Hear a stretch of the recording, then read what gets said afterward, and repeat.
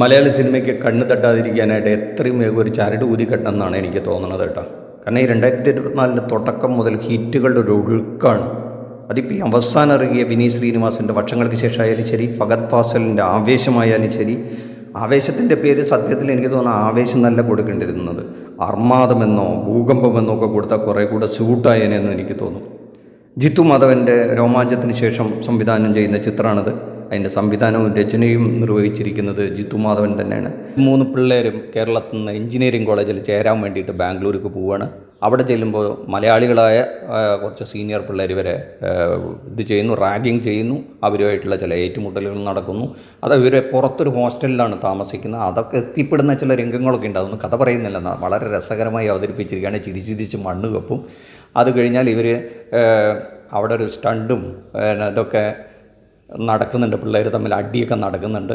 അപ്പോൾ അവർക്ക് അതിന് പ്രതികാരം തീർക്കാൻ വേണ്ടിയിട്ട് അവർ പുറമേ നിന്നൊരു സഹായം, ഒരു ലോക്കൽ ഗുണ്ടയുടെ സഹായം തേടുകയാണ്. അങ്ങനെ അവർ ഈ മദ്യപിക്കാൻ ബാറിലൊക്കെ അന്വേഷിച്ച് നടക്കുകയാണ്. അവിടെയൊക്കെ ഗുണ്ടകൾ വരുമെന്ന് അറിഞ്ഞിട്ട് അവിടെ വെച്ചാണ് നമ്മുടെ ഇതിലെ നായകനായ ഫഹദ് ഫാസിൽ ഫഫ ആയ വില്ലനെ കണ്ടെത്തുന്നത്. രംഗ എന്നാണ് ആ ഗുണ്ടയുടെ പേര്. ഗുണ്ടയുടെ അസിസ്റ്റൻ്റായിട്ട് വരുന്നത് സജിൻ ഗോപു അവതരിപ്പിക്കുന്ന അമ്പാൻ എന്ന കഥാപാത്രമാണ്. അതിലൊരു ഡ്രൈവറുണ്ട്, അവർക്ക് വയസ്സായ ഒരു മനുഷ്യനാണ്. അയാളൊക്കെ ആക്ഷൻ കാണിക്കുന്ന കുറേ രംഗങ്ങളുണ്ട്. ചിരിച്ചും ഗംഭീരമാക്കിയിരിക്കുകയാണ്. ത്രില്ലിങ്ങുമാണ് പലതും. ഈ എൻ്റർടൈൻമെൻറ്റാണ്. അതേസമയം ചിരിച്ച് നമുക്ക് ഹ്യൂമറസ് ആയിട്ട് സമയം പോകുന്നതേ അറിയില്ല. ഒരു എന്താ പറയേണ്ട, ഒരു കംപ്ലീറ്റ് തിയേറ്റർ പാക്കേജ് അങ്ങനെ വേണം ഇതിനകത്ത് പറയാനായിട്ട്. ഫഹദ് ഫാസിലൊക്കെ ഈ ഗുണ്ടയാണെങ്കിലും ഒരുപാട് സംഘടനകളൊന്നും വരുന്നില്ല. അയാളിങ്ങനെ നിന്ന് ഓർഡർ കൊടുക്കുകയുള്ളൂ. അസിസ്റ്റൻസ് അല്ലെങ്കിൽ ഗുണ്ടയുടെ അംഗങ്ങളാണ് മറ്റുള്ളവരുമായിട്ട് ഏറ്റുമുട്ടുന്നത്. അതിൽ രസകരമായ ഒരു സീക്വൻസ് കൂടെ അത് പോവുകയാണ്. ഈ 3 പിള്ളേർ, അതിൽ ഈ 3 പിള്ളേരെന്ന് പറഞ്ഞാൽ ബിബി എന്നൊരു കഥാപാത്രത്തെ മിഥുൻ അവതരിപ്പിക്കുന്നുണ്ട്. ശാന്തൻ എന്ന കഥാപാത്രത്തെ റോഷനാണ്. അജു എന്ന കഥാപാത്രത്തെ ഹിപ്സ്റ്ററാണ് അവതരിപ്പിക്കുന്നത്. ഈ 3 പിള്ളേരും മലയാള സിനിമയിൽ ഒരുപാട് സിനിമകളിലൊന്നും അഭിനയിച്ചിട്ടില്ല. ഇപ്പോൾ അവർ മുഖം കാണിച്ച് വരുന്നേ ഉള്ളൂ. അവരൊക്കെ ഭാവിയിലെ വലിയ വാഗ്ദാനമാണെന്നറിയാം. അതേസമയം തന്നെ ഈ അവിടെ കോളേജിലെ ഈ പിള്ളേരുടെ എതിരായി നിൽക്കുന്ന ഒരു വില്ലൻ പയ്യനുണ്ട്. അവൻ കുട്ടി എന്നാണ് അറിയപ്പെടുന്നത്. ചെറിയൊരു പയ്യനാണ്. പക്ഷേ അവൻ കാണിച്ചു കൂട്ടുന്ന കാര്യങ്ങളൊക്കെ കണ്ട് അന്തം വിട്ടു പോകുന്നു. അത്രയും നന്നായി പെർഫോം ചെയ്തിട്ടുണ്ട്. ഇതിൽ സ്ത്രീ കഥാപാത്രങ്ങളൊന്നും ഒരുപാടില്ല.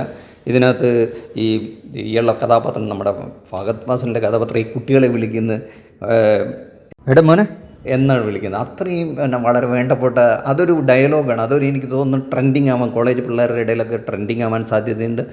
അതിൽ തന്നെ വേറൊരു വാചകം കൂടെയുണ്ട്. ഇത് പയ്യൻ്റെ ഒരു അമ്മ അവിടെ നാട്ടിൽ നിന്ന് ഈ പയ്യനെ കോണ്ടാക്ട് ചെയ്യാൻ വേണ്ടി വിളിക്കുമ്പോഴുണ്ട്, മോനെ ഹാപ്പിയാണോ എന്ന് ചോദിക്കുന്നുണ്ട്. ഇത് രണ്ടും മിക്കവാറും ട്രെൻഡിങ് ആവും. അത് പിള്ളേരുടെ ഇടയിൽ വലിയ സംസാര വിഷയമായും എടമോനെ എന്ന് വിളിക്കുന്ന രസകരമായ ഒരുപാട് തവണ അത് വിളിക്കുന്നുണ്ട്.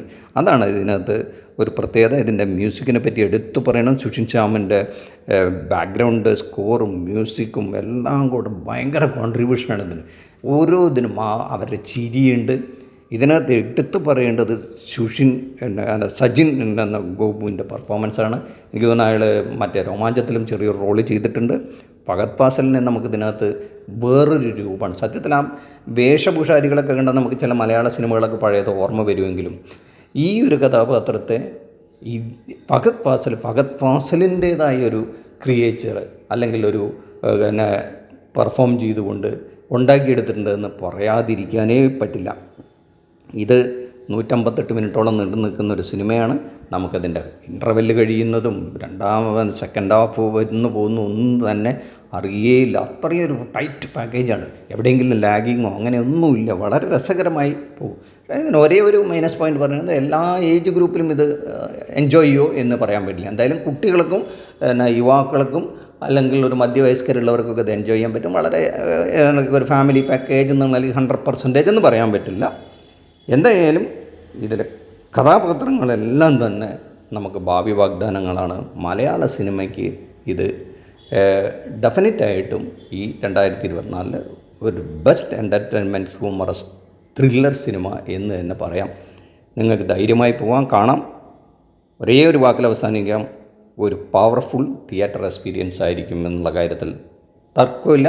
ഈ സിനിമ ധൈര്യമായി പോയി കാണാം. എന്തായാലും ഈ ചാനലൊന്ന് സബ്സ്ക്രൈബ് ചെയ്ത് വെച്ചോളൂ.